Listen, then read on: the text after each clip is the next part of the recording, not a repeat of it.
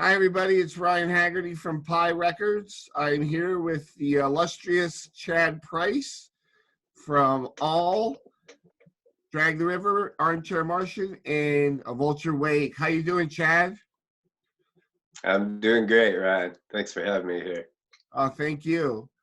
Uh, I want to know a little bit about what your status with All is, how you hooked up with them, and what you may do with them in the future.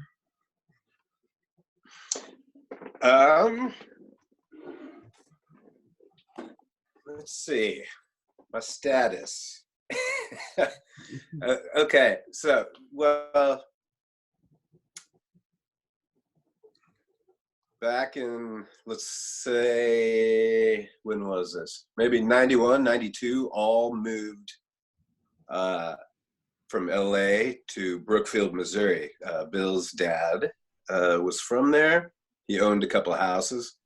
Uh, so they decided to go out there and live for, basically free. Coming from LA to a small town in Missouri, having like two huge houses. So they moved there in like 91 or 92. I don't know exactly. I don't remember. But I'm from Kansas City. And a friend of mine in Kansas City was actually, he booked shows and stuff. So he knew Bill. So when Bill kind of came out to check out the houses and shit, he got a hold of my buddy, and he invited me along, knowing I was a huge All fan. So that is how I met Bill. Then we kind of became friends. Brookfield, Missouri was like 2 hours northeast of Kansas City. So me and my friends would go out there and hang.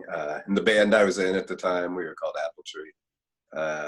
We would go out there and play like barn parties and shit, in this small town with All. And a year or so later, Scott decided to leave the band. Bill asked me if I wanted to try out. Of course I did. I guess I was the first one to try out. And then he flew out to LA for the weekend or a week or so, tried some people out. I got the gig. And that was when, like, 93, I guess. Okay, so yeah, so I've been in the band since then. Obviously, All has done some shit in the last few years with different singers and whatnot. So, I mean, technically, like, I am the singer. You know what I mean? I mean, the band never broke up. I never quit. Nothing like that happened. And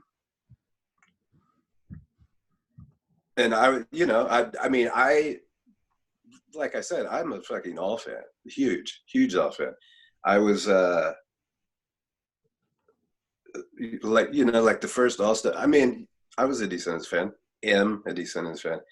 But, I mean, I was by far more an All fan. I mean, that the more technical music, the more sincere, emotional songwriting. That's the kind of shit I really like. But so when All kind of did some shit with different singers, I mean, I'm was stoked. If we were like a fully functioning band and we were still putting out records and touring, I mean, I probably wouldn't have gone along with that, But knowing Descendants, we're kind of back in biz, doing their thing. I mean, they're doing great, obviously. I'm not sure why any of those guys would want to fucking climb in a van with me and go play shitty bars to 10 people when they're playing, to 1,000 people a night or whatever. But anyway, so, I got to see all this shit. I got to see Dave again. You know, I got to see a handful of shows with Scott singing again. I mean, I did back in the day as well. So, you know, I was totally cool with all that shit. So now we get to today. I don't know. I mean, you know, I'm the singer of the band. The band never officially broke up, but as far as any future shit, I mean, who knows? Like, it hasn't really been talked about. I mean, every now and then, like when I see Bill, I'll just let him know, if you ever want to do anything, I'm ready. So, you know, not just kicking it, you know, working on a Vulture Wake shit. I mean, that's like my top priority, you know. Awesome. How did you hook up with John Snodgrass to do the Armchair Martian and Drag the River stuff? And what got you hooked on that? Okay. Let's see. So, so when I joined like 93 or whatever, so I moved out to Brookfield, Missouri, lived in a house with Carl and Stefan for a while.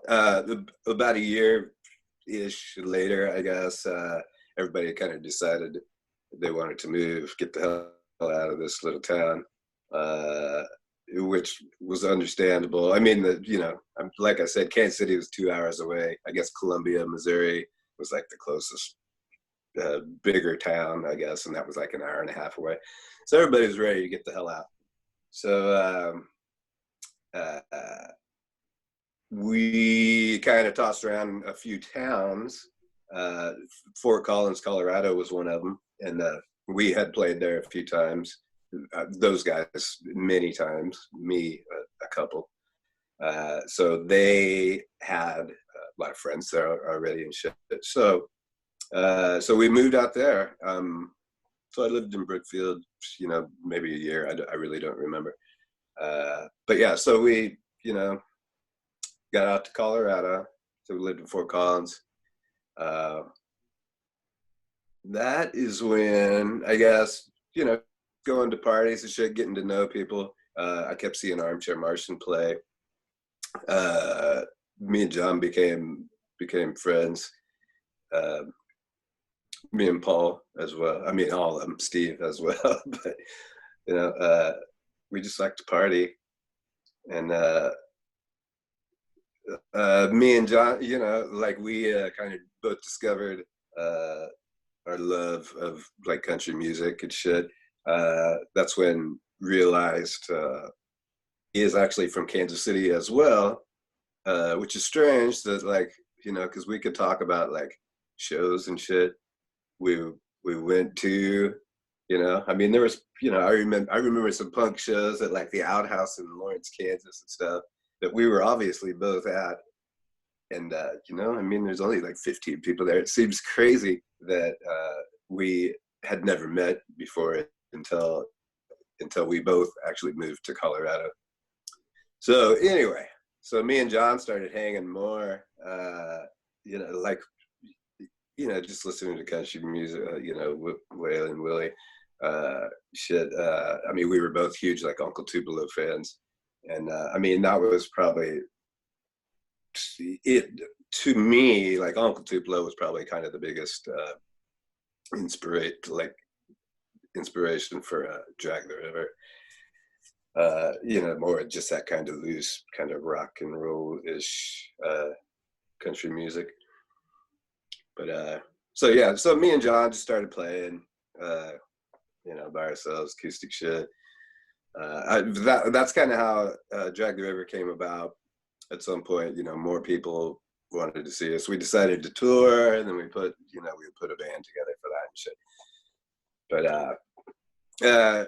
and then, I mean, as far as Armchair Martian goes, you know, I mean, they had a band, you know. It was, I mean, initially it was, you know, John, Paul, Steve.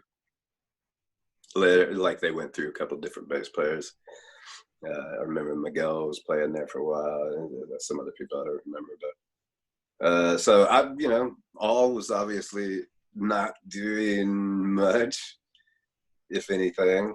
So John just asked me if I wanted to play bass for Armchair too, and I'm not really a bass player, but I mean, it's not like Armchair Martian is like prog rock or anything. It's basically 3 chords. So I did that for a while too, but that wasn't really my thing. So I was kind of got in and out of the Armchair thing.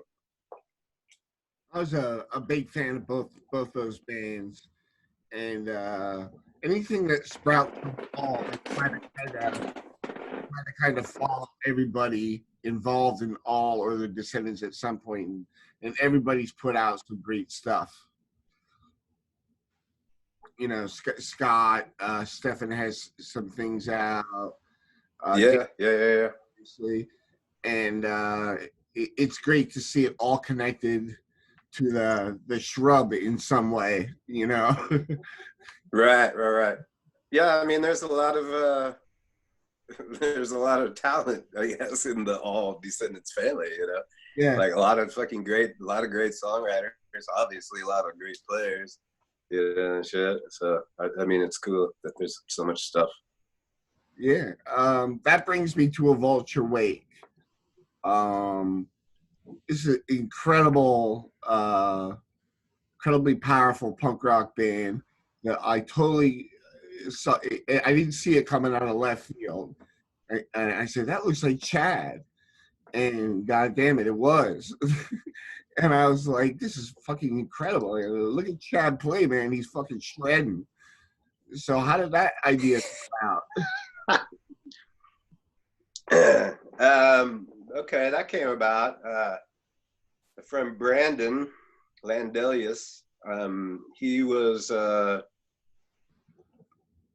Drag the River was on a tour with the Ataris years ago. Shit, I don't even remember.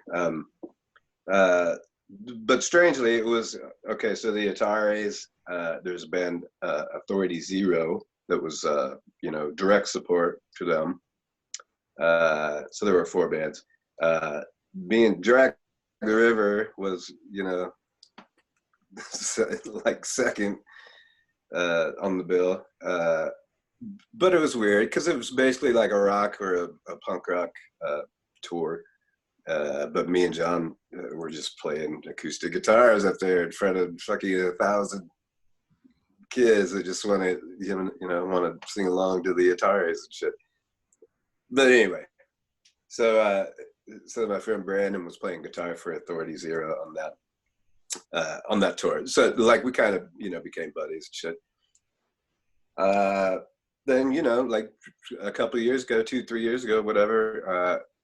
After he had quit Authority Zero, he just sent me a bunch of demos and shit that he had written. No music or no lyrics, no vocals. So he just sent me a bunch of music and asked if I wanted to be a part of this, not knowing if it was going to be a full-time thing. I mean, everybody involved from the get-go, even to now, is in like 3 or 4 other bands too, and some of them are bigger bands.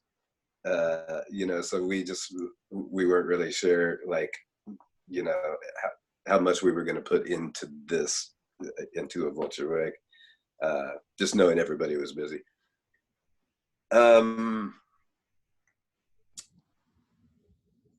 So all this shit that he sent me, there was like some fucking great music. A lot of it was kind of already done because Sean Sellers from Good Riddance, he was also playing in Authority Zero back at this tours I'm talking about. So Brandon and Sean had already recorded like a bunch of stuff, presumably that was going to be Authority Zero songs, I guess, but never got that far, thankfully. But yeah, I love this music, and I just sat down. I mean, he probably sent 12 songs or so that were pretty much complete, kind of just start to finish. And I just kind of sat down and, lyrics, melodies, like just came. It was boom, boom, boom, boom. So I was like really stoked with how it turned out.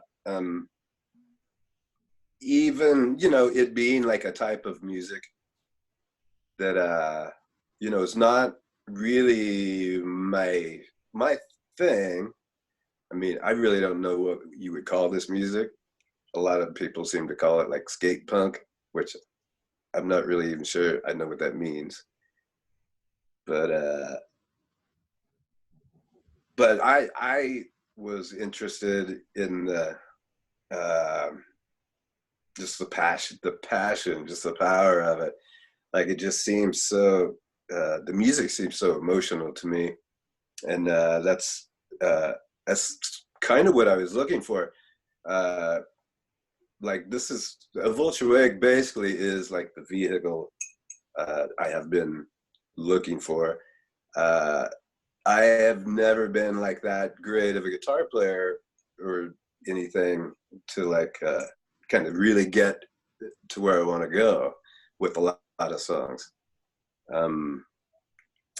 Even in all like some of the shit I would write, or any of us would write, a lot of times it would be fairly basic, when you bring it to the table, and then like you see what Stefan brings to the mix, and it's awesome. I love that.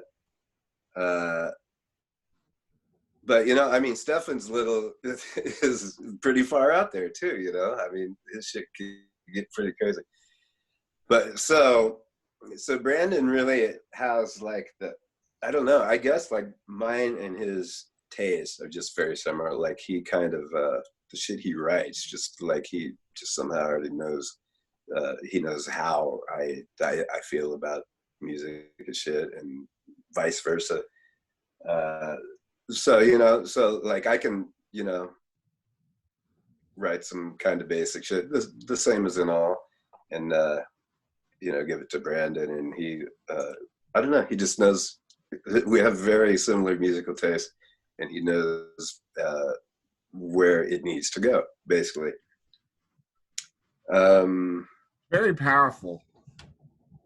Yeah. I've been talking so long, I forgot if there was even a question involved. No, but yeah, my goal with Vulture Wake is just, just passion, really. Like, I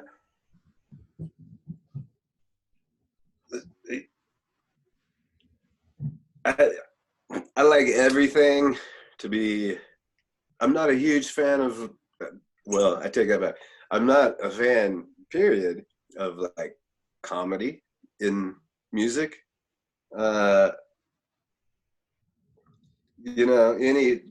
Any kind of just, any kind of sticky shit. Like I just like it to be very in your face, very truthful, very honest, passionate. Like I like everything to just be drenched in like emotion, basically. And we did that on the first record. The second record, I mean, is going to be even more so. I mean, I've been writing this whole record while we've been, stuck at home, basically. Yeah. Like right when the pandemic shit started, and nobody was working, no nothing. It's like, here we go. I mean, it sucks that it's come to this, but it forced me to sit here and start writing a record. I mean, I was anyway. It was time, but that, I mean, when I had no other choice. You're forced to stay here. It's like, well, what the fuck am I gonna do? I'm gonna write a record. that's what I'm doing. Yeah, here we go. So you had the full length, the 7-inch came out not so long ago, but now they're hard to find. because people just gravitated towards that music. What can they expect from the new stuff? The new stuff is, I mean, you know, it's obviously the same band.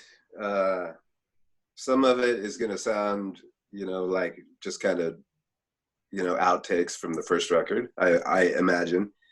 But it's more, I mean, I don't want to say metal, you know, but I feel like the tempos have gotten a little slower. We're putting kind of more thought into like maybe, you know, like some of the guitar parts, shit.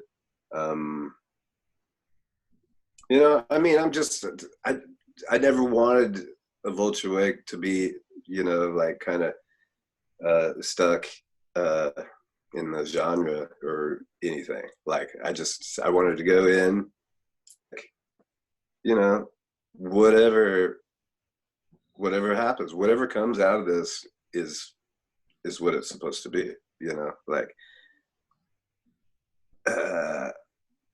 you know, like I have never really been like I am not a punker, you know, like I've never like really been that into like punk rock. You know, there were a handful of bands I liked, like, you know, Descendants and Misfits and Fear, some shit like that. But you know, I mean, it was never my thing. I mean, I grew up, you know, more in like a metal scene, I guess you would say. But you know, so just going into this, I just wanted everyone in the band, mind open, just whatever. Don't even think about a type of music. Let's just fucking write some cool music. You know what I mean? So it'll be, I mean, the lyrics are pretty devastating as well. Oh, wow. I mean, it's obvious. Yeah, I mean, obviously, you could probably tell what most of it is going to be about, just because of the shit we're going through at the moment. Yeah. And we'll be going through. You know, I mean, basically just about the state of things, the world, the politics in this country, whatever. But kind of more of a, you know, maybe a metaphorical, kind of abstract, you know, vision of things. I mean, I'd like to slightly put in what I think, but I like lyrics to be more like poetry. You know what I mean? Like, you know, you can actually just read it, and it doesn't fucking matter what the melody is, what the music is behind it. Like, you know, so I have put a lot more thought into like the lyrics and just the sound. You know, so I'm hoping when this thing comes together, because at the moment, I mean, Brandon lives in Amarillo, Texas.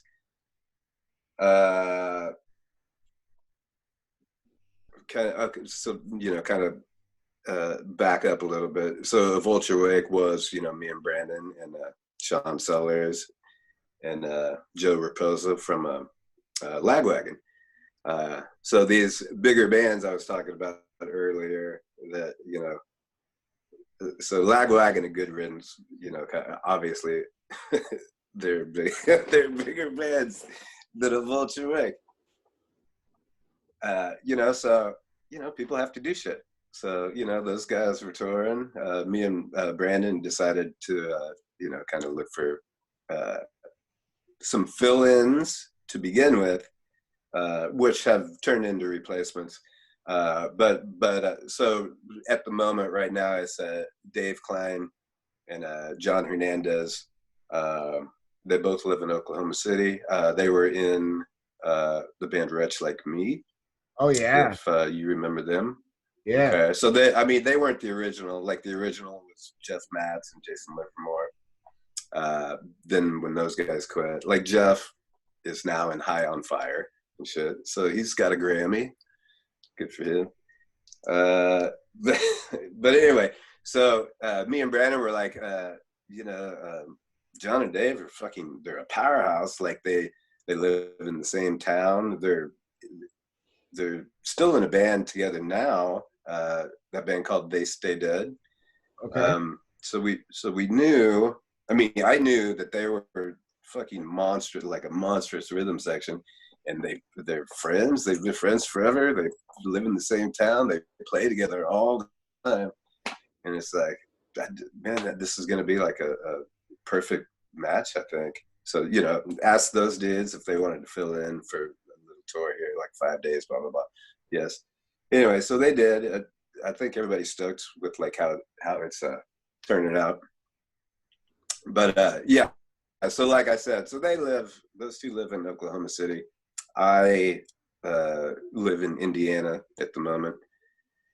So one of these days, I mean, we'll see what's going on here, but I need to get out to Oklahoma City so we can start putting these songs together, and I mean, hopefully try to release something like in spring of next year or something. I mean, fuck, who knows?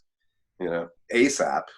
Yeah. But I mean, who really knows what any kind of timeline will be, especially for touring. Yeah. But it sounds like you got a really solid group right now going forward. Yeah. Everybody's got the same mindset, I believe.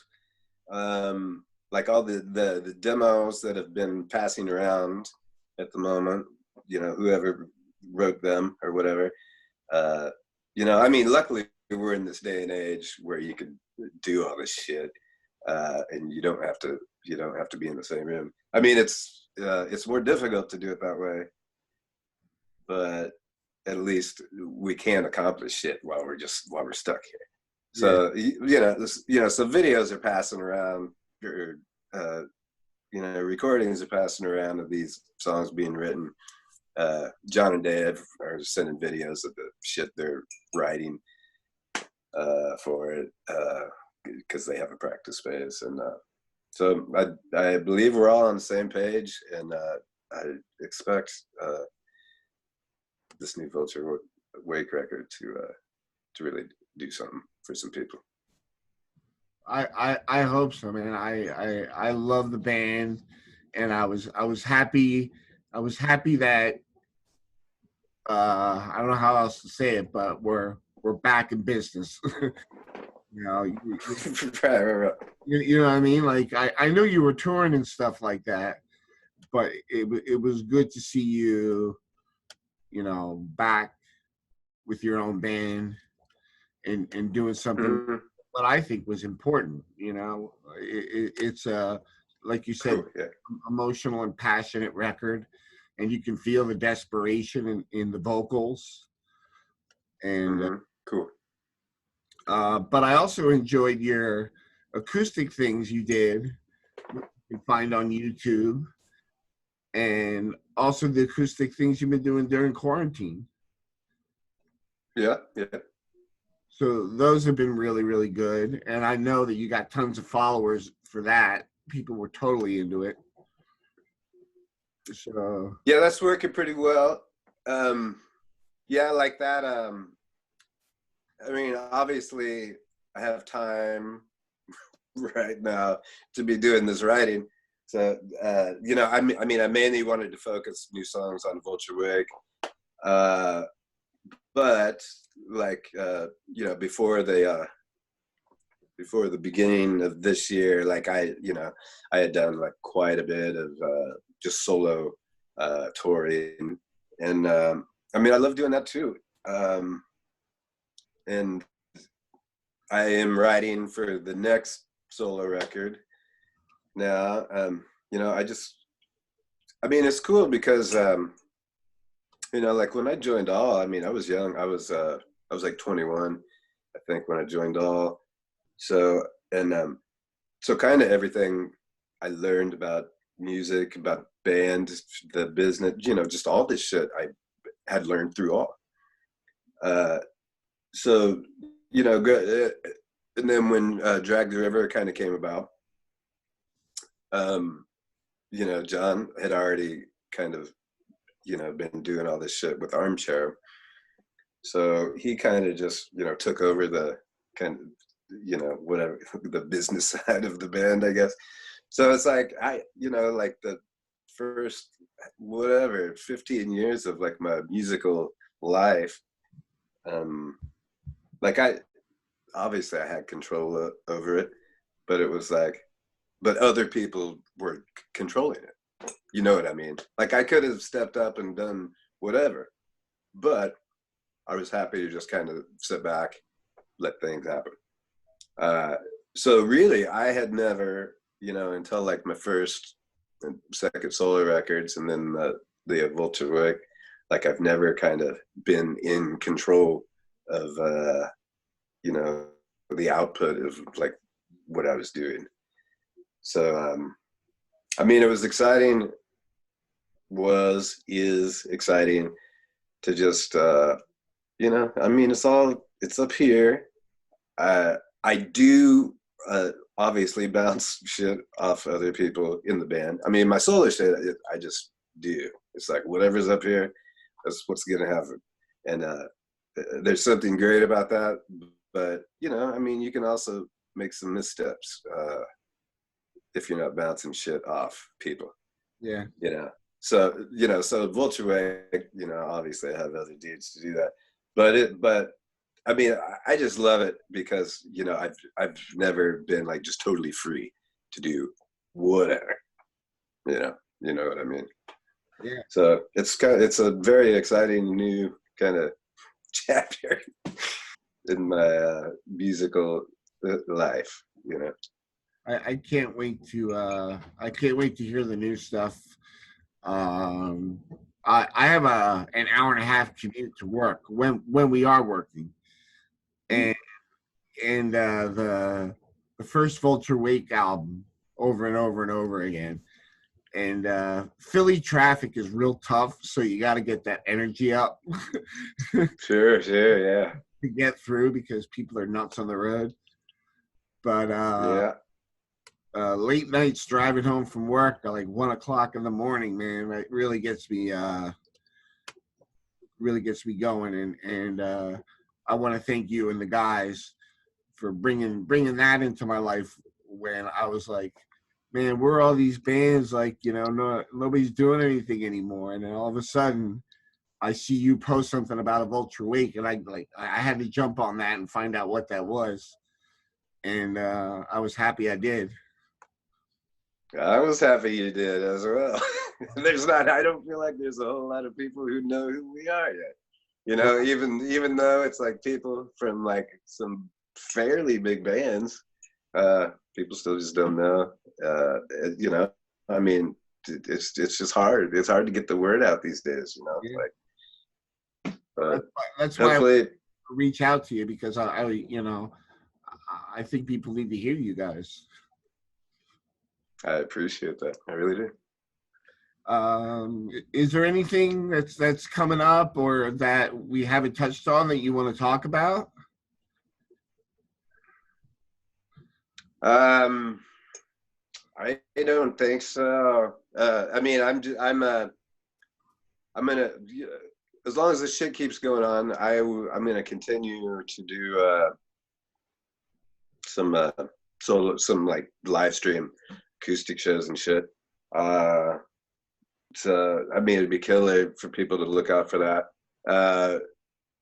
If it just keeps happening and like we're not getting out to play and shit, I mean, I'm gonna start breaking out like Vulture Wake songs that I'm in the middle of writing, and I mean, one cool thing about this is like just getting to watch people, like play shit in their bedrooms or their basements, and you're just hearing bits and pieces of songs that somebody just wrote 10 minutes ago, and so it's super cool getting the insight into like different people's like writing habits or whatever, just like what they're up to and how they think about shit.